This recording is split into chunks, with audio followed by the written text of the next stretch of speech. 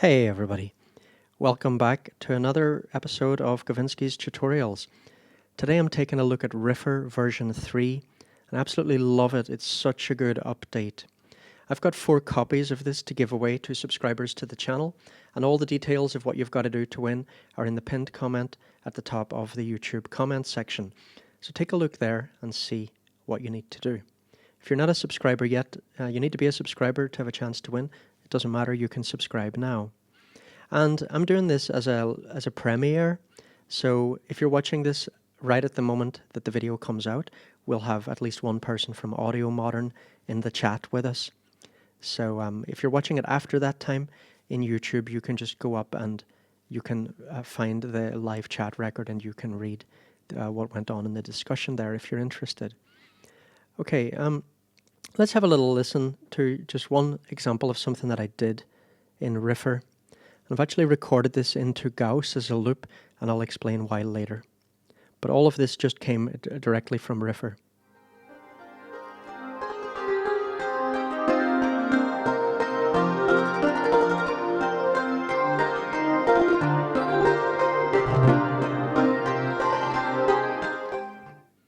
Now in a minute I'll explain some of what's going on there.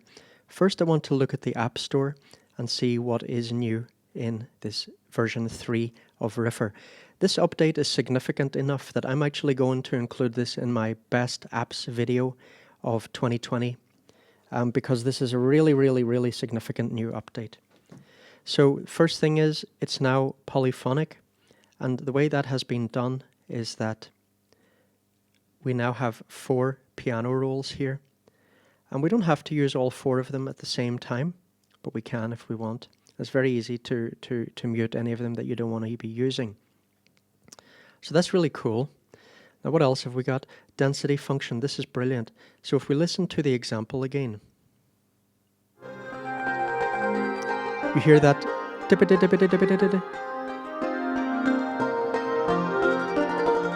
right? So sometimes on some steps we have a lot shorter notes than normal. So that is using the density function here. This is something that's normally called ratcheting.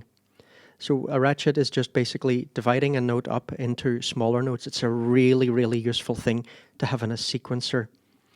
Now if I use any kind of sequencer app that doesn't have this function, I really feel it's missing it. It's really useful. It sounds great, especially on plucked sounds. Now it also has this Midi input and performance mode, and I'll maybe show you that later in the video. To enable that, you press this keyboard here, and then you route a keyboard in your host into the app. What you can do then is you can use note input to trigger it, so it will only play when you're holding notes. And you can also use this to do real-time transposition, so to move the notes up or down, higher and lower. Really cool tool. It also has Midi learn, and it's been really nicely implemented. Also, the way it deals with Midi CC messages, we'll look at that later in the video. It's brilliant. Share presets across devices. So there's a desktop app for this, right? And iOS app. So you can easily share presets between them. I'll just mention as well, you can also very easily in the iOS app, including when it's loaded as an AU, you can actually easily share the MIDI, just the MIDI from these, into other apps like Audio Share and so on. Really great. So absolutely brilliant new update. Brilliant new update. Now let's go through and I'll start doing a bit of a walkthrough on everything here. So let's start with an overview of some of the features here. So as I've already mentioned, we have 4 piano rolls, and you can see here now this one is selected. So for example, at the moment, if I press this dice, it's going to randomly put notes in here, well, randomly within certain parameters. Now if I press this again, you can see it's now faded out. That means it's muted. Okay, so it's very important to pay attention to which piano roll is active in terms of the interface and active in terms of producing sound or not. Okay, so that's one thing to look at. Now, let's have a listen to what's going on here in this example.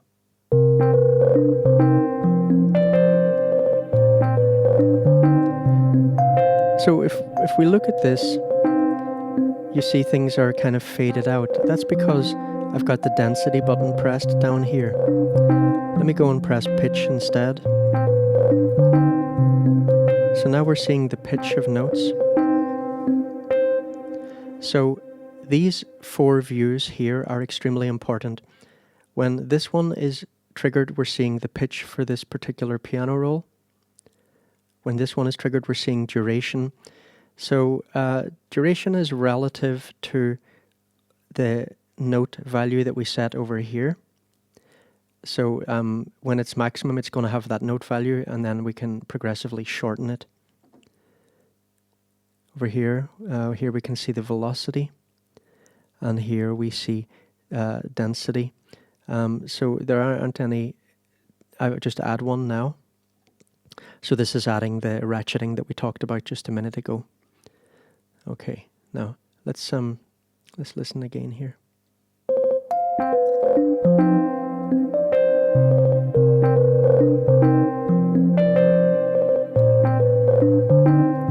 So let's see this muting.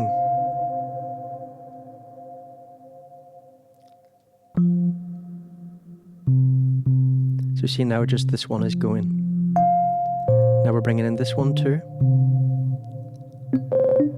We're bringing in this one. Now they're all in.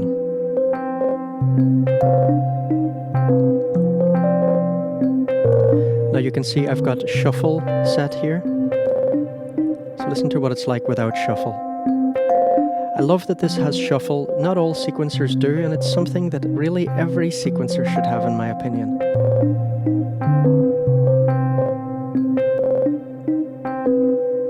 This is not as funky, right? Now it's got that nice groove to it.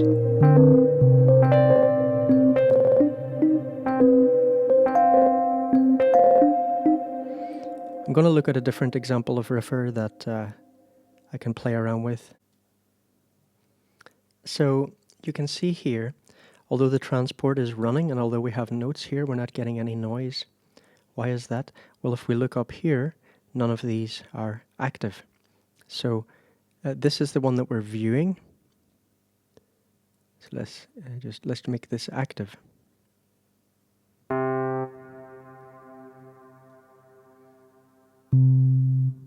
And let's bring in this one. Now let's say we don't like that, we can just press this randomize, and it'll randomize something else. Now, what's important to notice is this little lock button here. So let's say I want to randomize duration, velocity, and density, but not pitch.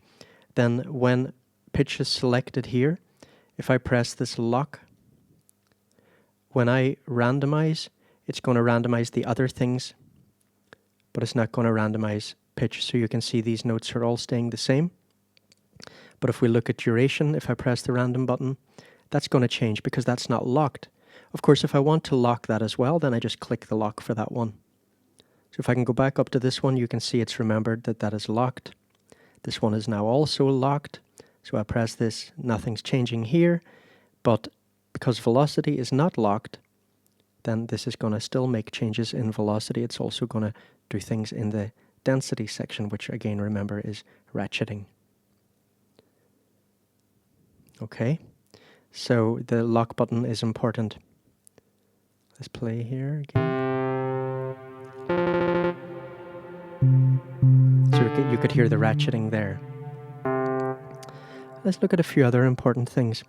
So here we can control how the sequence is moving. So this one will move it forwards. This one will move it backwards. And this one will go forwards and then backwards. Here we can reverse everything. Let me show you what that means. So, for example, let's see what would be an obvious one. Okay, for example, this velocity one. So now I'll press reverse. And what it's done here is now this one has become the first one over here. This one becomes the second one over here. See, look at this, how these two are together. When I press reverse, now those two are over here on this side. So that's also an important button. Here's an erase button. So the erase button will just erase everything in this.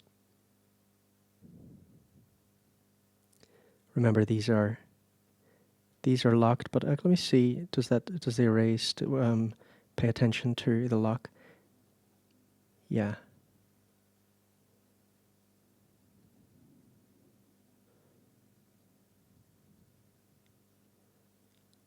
Let's try locking this again and seeing if it erases or not.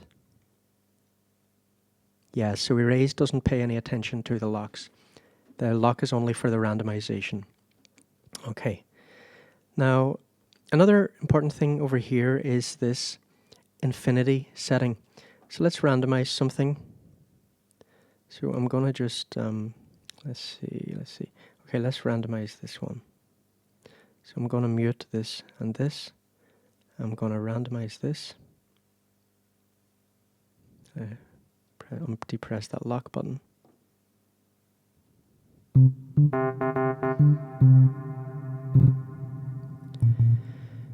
So if I press this, what it's going to do is it's going to get an evolving sequence.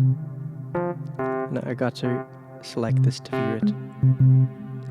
That's a little bit hard to get used to actually, but it is very logical how it's set up like that. So now that this is pressed, what you see is that this is changing every cycle. Now look, by the way, it's going forwards and backwards here. If I change this to, for example, 3, what it's going to do is it's going to do 3 cycles before it changes. So here we're going to get 1.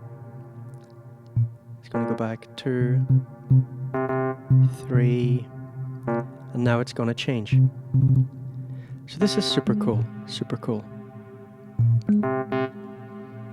Now here we set our note value. So all of these steps will be 16th steps. So this is a really important one when you're building up polyphonic patches. You know, for example, if you want to have a bass line, you may not want it to be 16th notes. You might want it to be something like half notes or something. So what you're going to do is build up your melody by having different piano rolls go in at different note values. So in the first one here, we have 16th, second 16th, here half, here quarter. So that's great. Now, here we choose our key and scale. And there is literally a ton of different scales that you can choose from, so that's brilliant. Now, another thing here is this slider. So this will set the pitch range. When we press this random button, it will always randomize within this particular window. So if I put this like this, it's only got this to work in. But if I bring this up, I mean, we could have 6, 7 octaves to work in. Now, over here, this slider is also important. So this one will keep the width that has been set by here, keep the range, but it will just move the range up and down. So if I randomize here, we get this. If I randomize here, we're getting this. And if we go back up out of this window, there are no notes. Now another thing we can do, and this is really cool, is we can change the size of the space that we're going to work in. So once we've set this, if we drag this around, it's going to keep its length, but it's going to move position. If I drag from this handle, I'm extending the start period. if I drag from here, I'm extending the end. I think that's so cool. That's been really, really well done. Really well done. Now another thing is here we can change the number of steps. Let me just open this up first. So here we can change the number of steps. Now I can click and I can type a value, so I really like that you can do that. Or you can just drag. So now it's down to 8 steps, 1, 2, 3, 4, 5, 6, 7, 8. We can also change the loop. Now you can also do this by just dragging up and down here, so that's nice and fast. If you want something more precise, you can use these arrows. Oh, maybe not actually, no. Got to drag, I think. So let's set 7, for example. So see now this area is still here and we can still generate notes in there, but for some period of time we're going to just loop within the first 7 steps. So that's really cool. This is also cool. So here we can set the number of root notes that will appear. So you might want more root notes or fewer root notes. Well, you can determine that here. If you want to just turn off that feature, you can just turn it off here and then it won't even think about how many root notes it's generating. It'll be more random.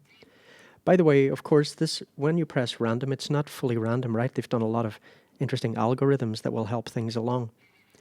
We can also do tie notes and sustain notes. So let's look, for example. Let me turn this off. Let's just work with this one. Let's bring it up. So if I turn on tie notes, what it will do is, if we have 2 notes together, now I'll show you that by drawing a note in here. So that's another thing, of course, we can just draw in notes anywhere we want. Draw in notes anywhere we want. So listen to how this sounds if tie notes is off. You see how it's playing these notes separately? Let me turn infinity off. It's playing these 2 notes separately. If I put tie on, it'll now play that as 1 note. We also have sustain. Let me lower the number of notes here. Let's just put 2 notes and randomize. And now I'll turn on sustain. So you see now those are sustained.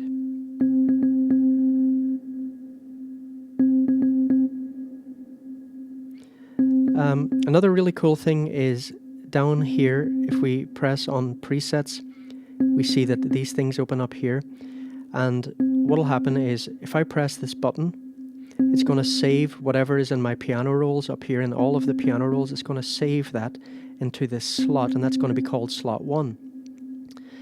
Now, if I then go and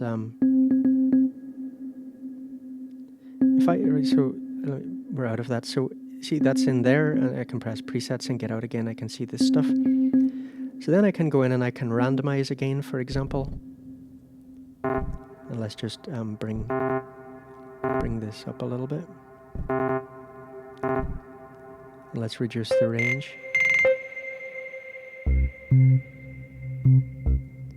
So let's say I like this pattern. I want to save that. Then I can just go into presets again and I can click this here. And so now I can move between these 2. So this is basically like a song mode. Absolutely brilliant. Absolutely brilliant. Now, if we look over on the right here, we have pitch selected currently, so we're viewing the pitch. Again, we press here, we're viewing duration. Now, if you look at this slider, this is a way to quickly move all the durations at the same time. So I do this, and now they're all being brought down very low. This can be really cool to get very, very kind of staccato effects.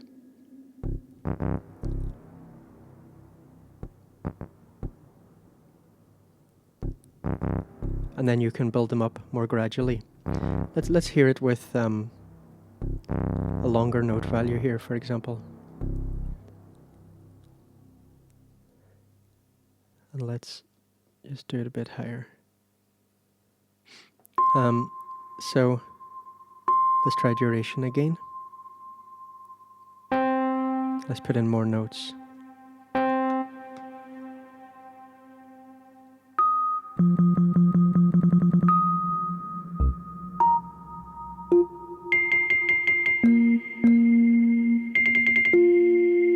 Okay.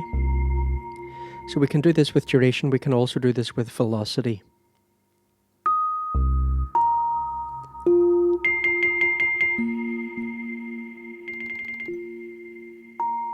So it's really nice to play with a low velocity and then just bring that up gradually. Again, all these things you can just go in and draw your own. So basically one cool thing you can do with Riffer is use the dice to get some random ideas that you wouldn't have otherwise thought of yourself. Find some stuff you like, and then either it needs tweaking or it doesn't. And yeah, just save them down here, build up a song. Okay, now let's see. Let's look at density. So let me go back into my other example here.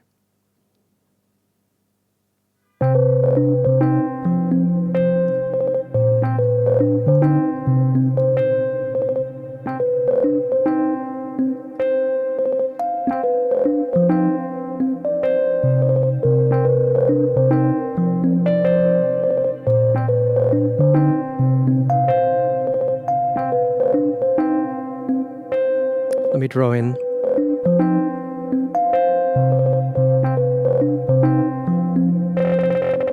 You hear how it's ratcheting that? That's too aggressive, right? It doesn't sound good.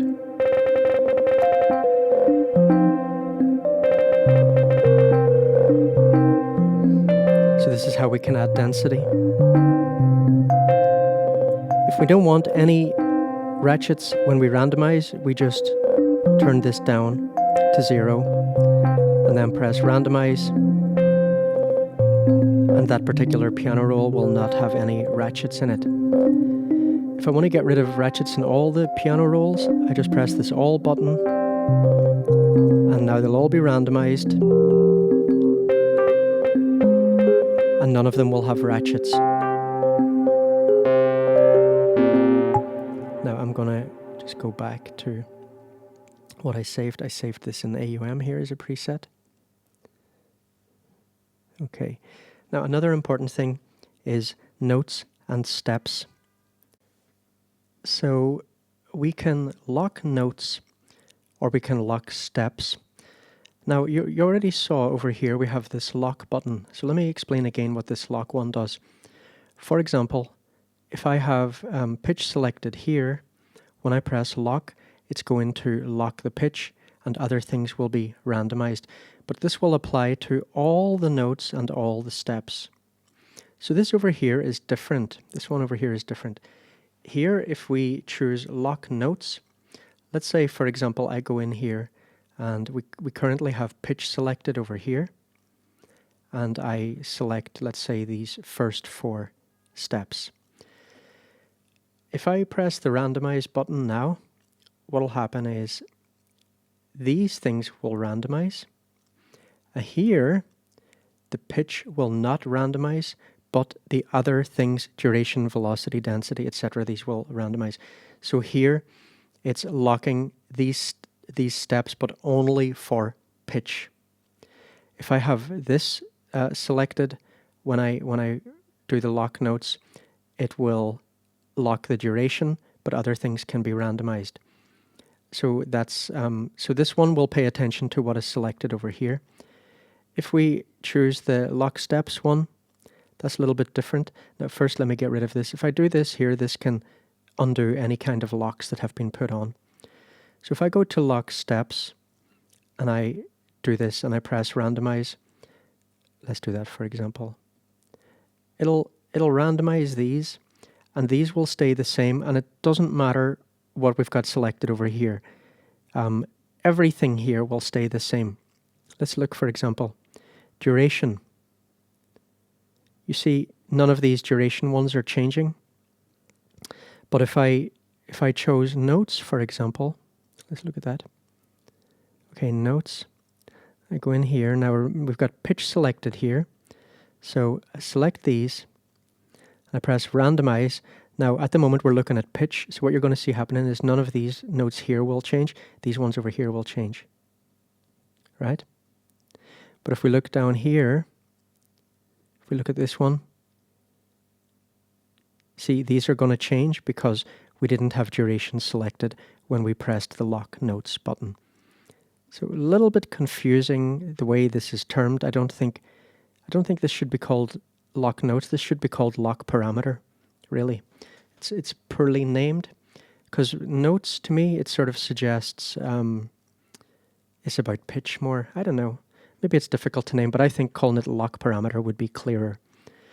Okay, now we've only got a few more things to look at here.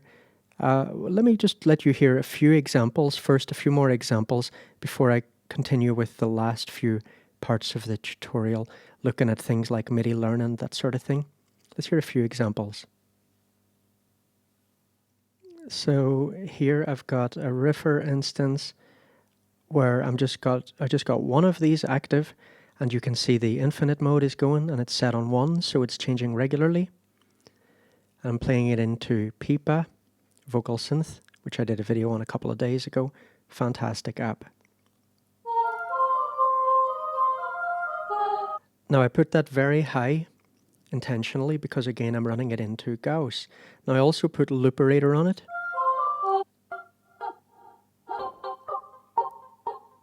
Basically doing kind of gating and stuttering effect. I like the sound of that. And then what I did was I recorded that into Gauss.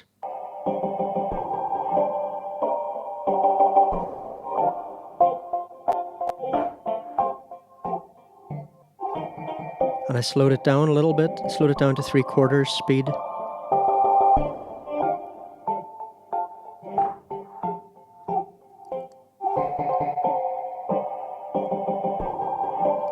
And I put some BitJuggler on it,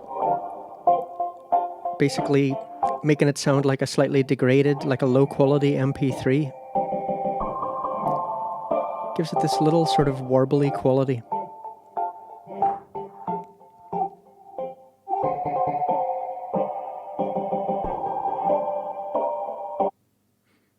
Let's look at another example. If we look at this one, we can see the transport is running right up at the top. It's playing. And we can see that these things are active, but we don't have any sound, right? Why is that? Well, that's because here I have this keyboard selected. So what that means is that I'm going to trigger it with Midi. And what I've got here is I selected keyboard input here. So this means that the notes here on the AUM keyboard are going to feed it Midi. Of course, you could select another source instead. So we're not going to get any sound until I start pressing things on the keyboard here. And then what you'll see is I can start playing it, and then I'll play this note, and then I'll play this note, and you'll see that it's getting transposed half a semitone, but it will still stay in scale. I think, anyway. Let's see.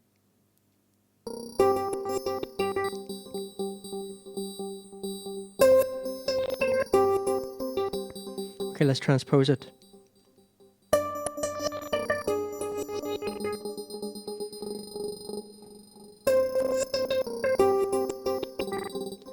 So that's very cool, that's very cool.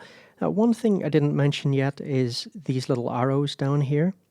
So if we look at this pattern, for example, we press this, everything's being moved forward. Press this, things get moved backwards. Over here, we can move things up or down. So this is also another way to play around with patterns. Now, while we're on this screen then, let's take a little look at, I think, one of the last things that we've got to look at. Well, I didn't mention here, this is BPM, but this is tied to the host.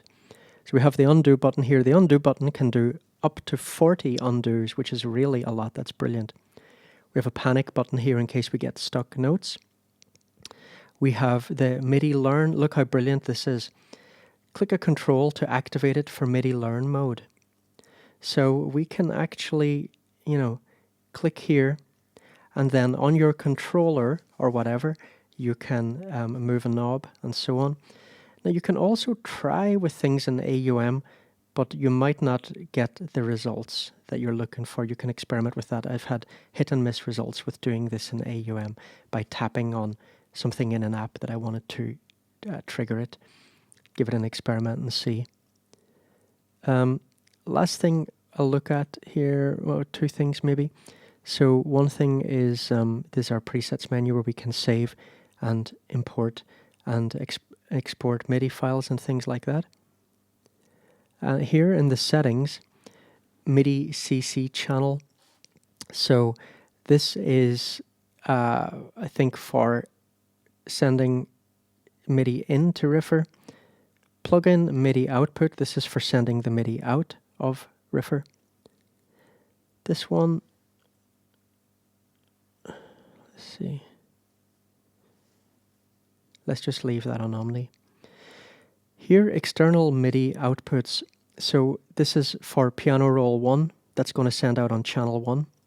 Roll 2 is going to send on channel 2. Roll 3 on channel 3, and so on. So this is very important when we're setting up a session like this, where we're sending each piano roll into a different instrument. And you can see how to set that up is when I click on AUM on the hamburger icon here, hamburger menu. Down here I have selected just channel 2. By default, when you go into AUM, all the channels will be selected. So the easiest way to do that is to press none and then to press 2. And that means that this channel is going to get this R2 MIDI data. And so on and so on. So over here I've set this one up for channel 3. Over here I've set this one up for channel 4, I think. Yes. So I haven't bothered with channel 1. Channel 1's not going into anything. Okay, now, last thing to look at. This is very important.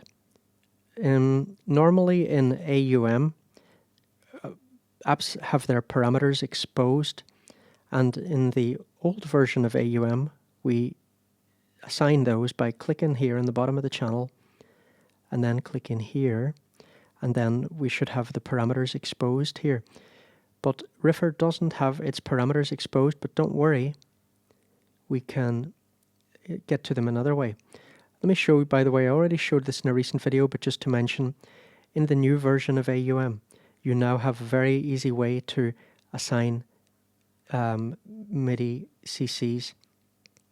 You just go in here, you can access them directly in each app itself.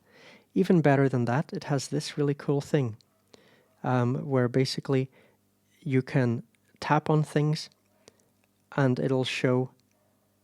It's not working for that one. Let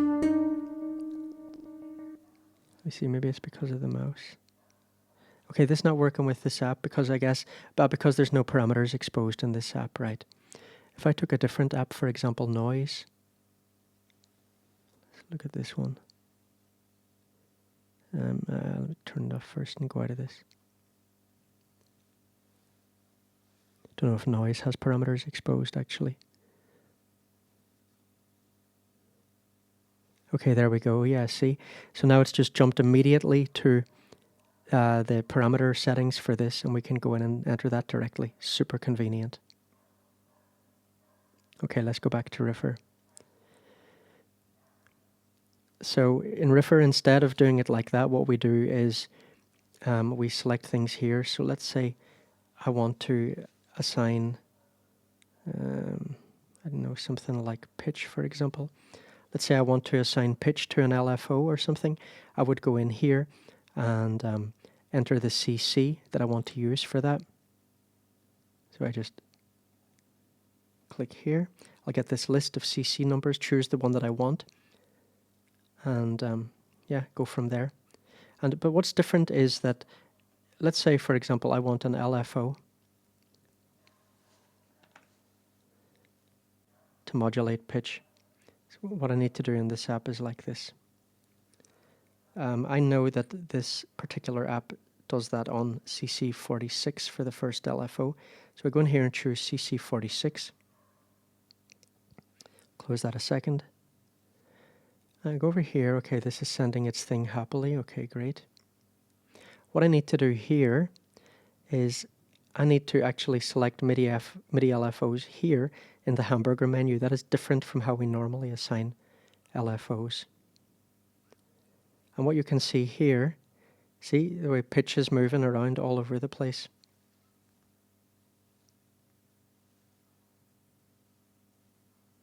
So this is how we do this now in this app. It's a bit different.